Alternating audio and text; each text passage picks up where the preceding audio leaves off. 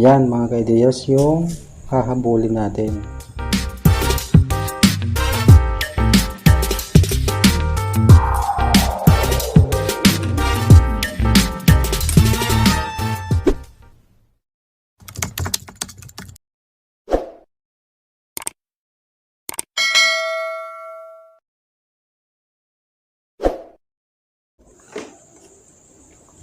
Ito na yung update natin mga kaideyas tungkol sa itatalis na poste na wala sa hulog. Halos 3 pulgada o 3 inches yung diferensya o bali niya mga kaideyas.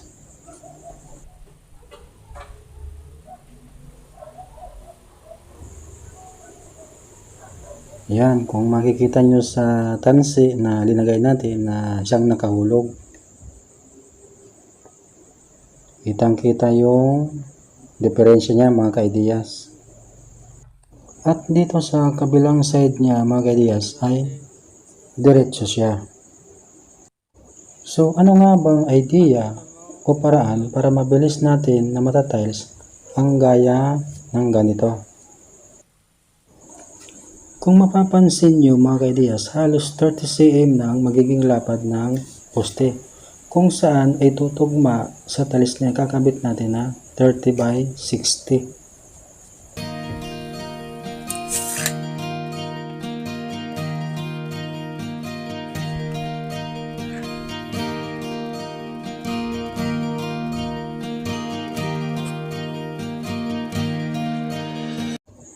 At ito na nga yung ginawa nating idea. Nag-setting agad tayo ng tiles sa isang side ng poste na kung saan may tansi na tayong nakahulog. At ito na nga yun mga kaideyas, na ituwid na natin yung poste sa pamamagitan na agad ng tiles. At di na tayo nag-aksaya pa ng oras para mag-plastering o i-realign para maisahulog yung poste.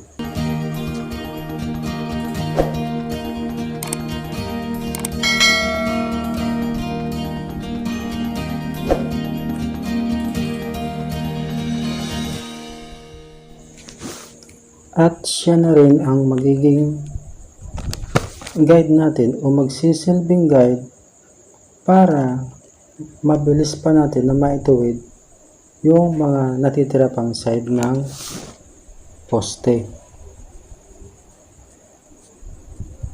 Yan mga kaideyas yung hahabulin natin.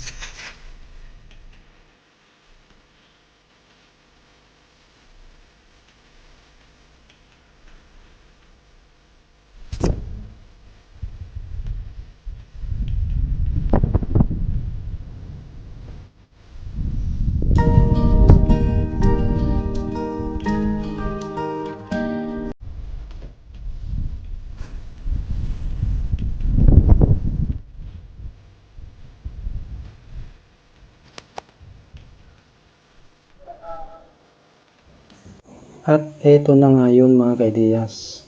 Sa pamamagitan ng nauna nating siniting na tiles sa isang side ng poste, ay mabilis natin na naituwid yung mga natitira pang side ng poste.